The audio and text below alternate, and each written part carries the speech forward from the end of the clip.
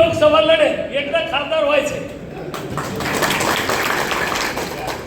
दानवे साहेबांकडे पाहू नका, मी परभणी धरली तिकडे, मी परभणीवर क्लेम केलेला. आणि म्हणून 80 वर्षाचा होऊ द्या, नाही तर 100 वर्षाचा होऊ द्या, रिटायर कोणला हो वाटतं. आम्ही खोतकर साहेबांच्या घरी बसलो आणि त्यांचा चिरंजीव दादू बाजूला येऊन बसला. मला एक दिवशी भेटला, मला म्हणे भाऊ तुम्ही तर घोषणा केली, पण भाऊशी एकदा बोलून घ्या ना. आणि त्यांना सांगा की आता सन्मानपूर्वक राहुल सारखं मला पुढं करा. शेवटी पोरं मोठी झाली तर मी अर्जुनरावला विचारलं, दानवे साहेब आम्ही बसलो की खरंच रिटायर व्हायचं का अर्जुनराव? ते म्हणले मरेपर्यंत होऊच नाही वाटत. पण आता तुम्ही जर म्हणत असले, तुम्ही जर होणार असाल तर मी विचार करतो.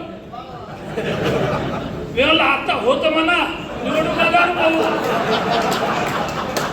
राजकारणात बोललेलं ते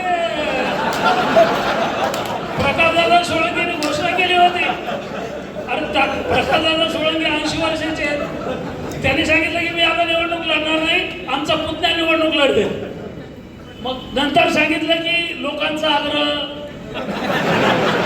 जनतेची इच्छा, पक्षाने जबाबदारी दिली तर पुन्हा एकदा लढेल. पुतण्याला पुढे करून जेव्हा निवडून येत नसेल तर मग मला राहावं. त्याच्यामुळे राजकारणावर फार काही विश्वास ठेवला.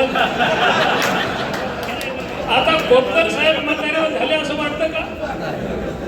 आता टोपे साहेबांची अडचण, रिटायर व्हायचं म्हणलं तर मुलाला काही ते राजकारणात आणण्याची शक्यता नाही. सतीश टोपे इकडे आले पुढे. टोपे साहेब आताच होत नाही, तितकं सोपं समजू नका. कारण मोठ्या साहेबाची माझी भेट झाली एकदा. मोठ्या साहेबाची म्हणजे अंकुशराव टोपे साहेबाची त्यांची. मी त्यांना असंच बोललो होतो की आता कंटाळा आला राजकारणाचा. ते बबनराव तुम्ही घाई करू नका, मी फसलो म्हणे. आता तुम्ही फसू नका, इतक्या लवकर काही घोषणा करू नका. मी म्हणलं ठीक आहे साहेब, तुमचं म्हणणं बरोबर आहे. ते म्हणले आता माझी इच्छा आहे खासदार व्हायची, पण होता येतं का? माझी इच्छा आहे मंत्री व्हायचे, पण होता येतं का? मी भैयाला पुढे केलं. मी बी खूप विचार करत होतो. 2 निवडणुका मी टाळल्या मोठ्या साहेबांचा ऐकून. मग एक दिवस मीच विचार केला, बरं तर बरं, आमच्या पक्षात रोज एका मंत्र्याच्या पोराला आम्ही आणतो, तसं माझ्याही पोराला एखाद्यानं पळीला तर काय घ्या, दुसऱ्या पक्षात घेऊन तिकीट दिलं तर काय घ्या. त्याच्यामुळे मी देवेंद्रजीला बोललो साहेब आता मी थांबतो, पण रिटायर होत नाही. राहुलला पुढं करतो, पण मला कुठेतरी संधी द्यावा लागेल. ते म्हणले चिटकवतो कुठंतरी. हे दानवे साहेब खूप कलाकार आहेत. परतूरला मुख्यमंत्री आले आणि साखर कारखान्यावर हेलिकॉप्टर उतरलं, आम्ही गाडीत आलो.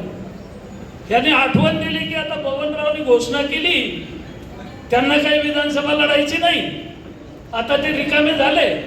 आणि साखर कारखाना बांधलं तरी हा माणूस थांबत नाहीये. राजकारणाचा खूप छंद आहे. बबनरावला एकदा राज्यपाल करा. मी म्हणलं साहेब माझं वय थोडंच झालं, राज्यपाल व्हायला हरिभाऊ बागडेंसारखं 75-80 वर्षाचं व्हावं लागतं. मी कशात तुम्ही बसतात राज्यपाल म्हणून, दानवेजी बसतात. त्याच्यामुळं दानवे साहेबांनी खरं म्हणजे राज्यपाल झालं तर आमच्या सगळ्यांचा पाठिंबा. शिवाजीराव रागाराग पाहिले. तुमची आहे ना संमती? आपण सगळे म्हणून बोलू देवेंद्रजीला की यांना एकदा राज्यपाल करा. विनोदाचा भाग सोडा.